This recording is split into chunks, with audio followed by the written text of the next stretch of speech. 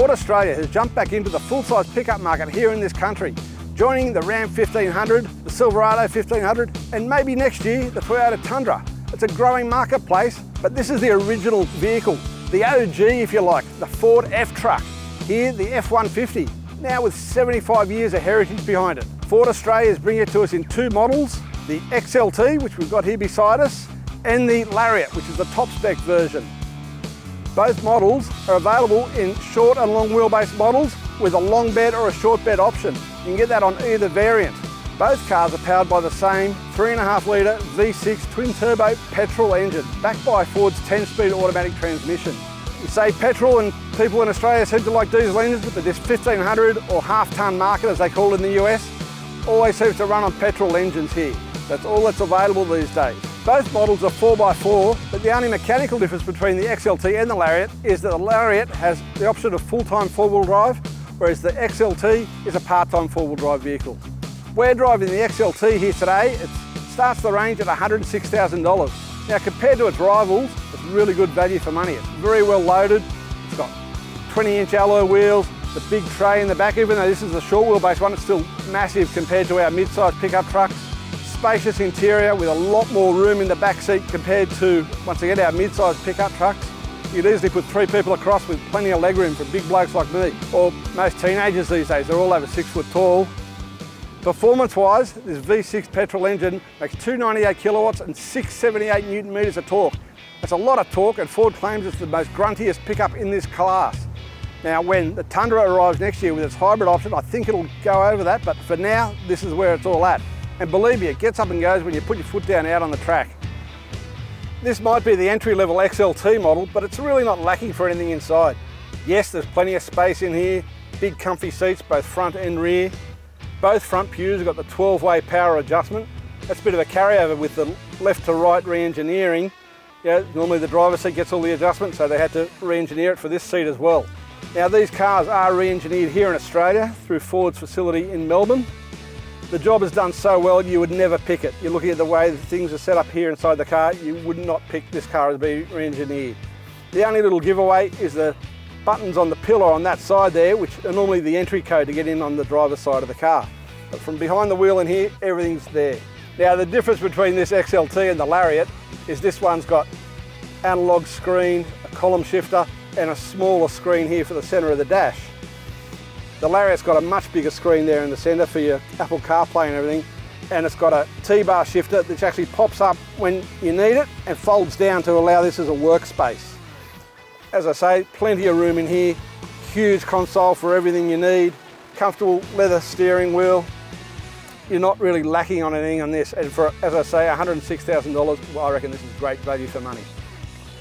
Having a vehicle like this over a mid-size ute really gives you that advantage of being able to travel with teenage kids. As I say, teenagers these days are all tall and they're not going to sit in the back seat for long otherwise. Here, you can have your big caravan or your ski boat or whatever on the back, kids in the back, all the gear in the tray, drive for hours, comfortable. It's a really good package. Let's have a look at that tray. As I said, this is the short bed version, but as you can see here, there's plenty of space. The big advantage with the long bed, particularly if you ride dirt bikes, is you can get a couple of dirt bikes in the back and have the tailgate up. Not so much with this short bed version, but it's as big as, if not bigger than all our mid-size utes. Another handy little feature is this fold down step. Just makes it easy climbing up. Leave it there. Safe and simple. You also got adjustable tie down hooks on the sides.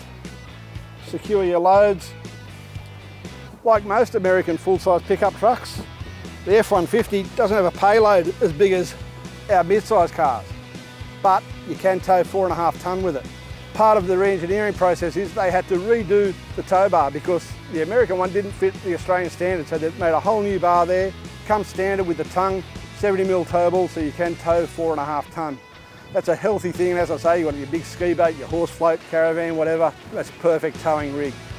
All in all, I reckon these things are a really good touring vehicle, touring and towing especially. Not for everyone, but certainly a good option to look at. And next year, if that Toyota Tundra arrives, it's really going to heat up this American full-size pickup truck market. It's going to be a fun time. We're behind the wheel of the F-150 XLT here, and it's really a nice place to be. There's plenty of room for a big bloke like myself and comfortable position. You've got adjustable reach and height adjustment on the column. Your foot pedals are adjustable in and out to make it closer, and heaps of adjustment with the 12-way electric adjustment on the driver's seat. So yeah, you can get the ideal driving position. And as I say, there's plenty of space here, as you expect of a full-size truck. So it's a great vehicle to be driving in. Now, being the XLT, it's got the column shift. Takes a little bit of getting used to, but I actually prefer it to the T-bar shifter. What does annoy me a bit is the manual selection on it. It's just got a couple of little buttons here on that column. Yeah, not as easy to use as you might like. And we have been doing a bit of towing with these cars.